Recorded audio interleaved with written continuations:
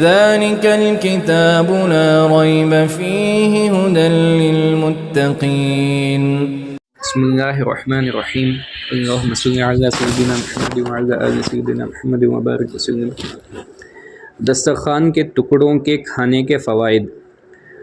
ابو الشیخ رحمۃ اللہ علیہ نے بیان کیا ہے، جو دسترخوان پر یا برتن سے گرے ہوئے کھانے کے ٹکڑوں کو کھائے گا وہ تنگ دستی سے محفوظ رہے گا. اسی طرح خطرناک امراض مثلاً برس، جذام سے محفوظ رہے گا. اس کی اولاد چالاک ہوگی، حماقت اور پاگل پنے سے محفوظ رہے گی.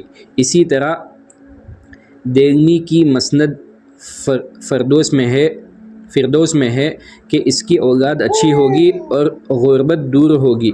احیاء العلوم میں امام غزالی رحمۃ اللہ علیہ نے لکھا ہے کہ ایسا شخص وسعت رزق سے نوازا جائے گا، اس کی اولاد میں عافیت رہے گی، بیماریوں سے محفوظ رہے گا. نیز امام غزالی رحمۃ اللہ علیہ نے ذکر کیا ہے کہ کھانے کے ریزوں کا چننا جنت کے حوروں کا مہر ہے. گرے ہوئے ٹکڑوں کو کھانا باعث مغفرت. حضرت عبداللہ ابن ام حرام رضی اللہ تعالیٰ عنہ کہتے ہیں کہ نبی اکرم صلی اللہ علیہ وسلم نے فرمایا، جو شخص دسترخوان پر گرے ہوئے ٹکڑوں کو تلاش کر کے کھائے گا اللہ تعالیٰ اس کی مغفرت فرما دے گا. فائدہ. دسترخوان کے ٹکڑوں کا کھانا تواضع ہے اور نہ کھانا تکبر کی علامت ہے. اللہم احفظنا. برتن کی دعا. حضرت نبی شاہ رضی اللہ تعالیٰ عنہ سے روایت ہے کہ نبی اکرم صلی اللہ علیہ وسلم نے فرمایا، جو کسی برتن میں کھائے پھر اس سے خوب صاف کرے تو برتن اسے دعا دیتا ہے کہ جس طرح اس نے مجھے شیطان سے آزاد کیا، اے اللہ آپ اسے جہنم سے آزاد کر دیجئے. فائدہ. برتن معصوم ہے، اس کی دعا مقبول ہے. اس معمولی کام پر کتنے بڑے ثواب اور برکات ہے. کھانے کے بعد ہاتھ پوچھنا مسنون ہے. حضرت جابر رضی اللہ تعالیٰ عنہ فرماتے ہیں کہ نبی اکرم صلی اللہ علیہ وسلم نے فرمایا، ہاتھ کو رومال سے اس وقت تک نہ پوچھتا وقت یہ کہ اس سے صاف نہ کر لو.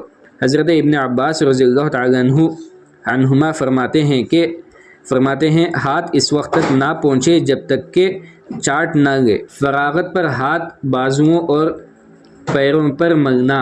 حضرت جابر رضی اللہ تعالیٰ عنہ فرماتے ہیں کہ ہم لوگ نبی اکرم صلی اللہ علیہ وسلم کے زمانے میں کھانے کی یہ مقدار پیٹ بھر نہیں پاتے بلکہ کم پاتے تھے، اور نہ ہمارے پاس رومال ہوتے. شوربے کو ہتھیلیوں، بازوؤں اور پیروں پر مل لیتے، پھر نماز پڑھتے اور ہاتھ دھوتے نہیں تھے.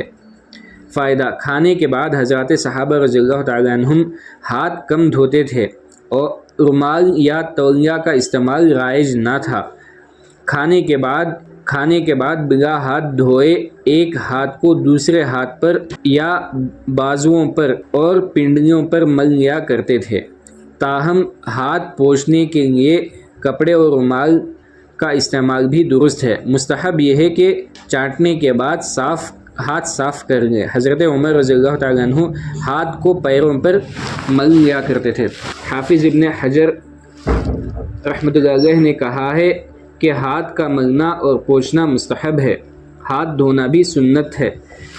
حافظ ابن حجر عسقلانی رحمۃ اللہ علیہ نے لکھا ہے کہ ہاتھ کا چاٹنے کے بعد بو زائل کرنے کے لیے دھونا مندوب و بہتر ہے.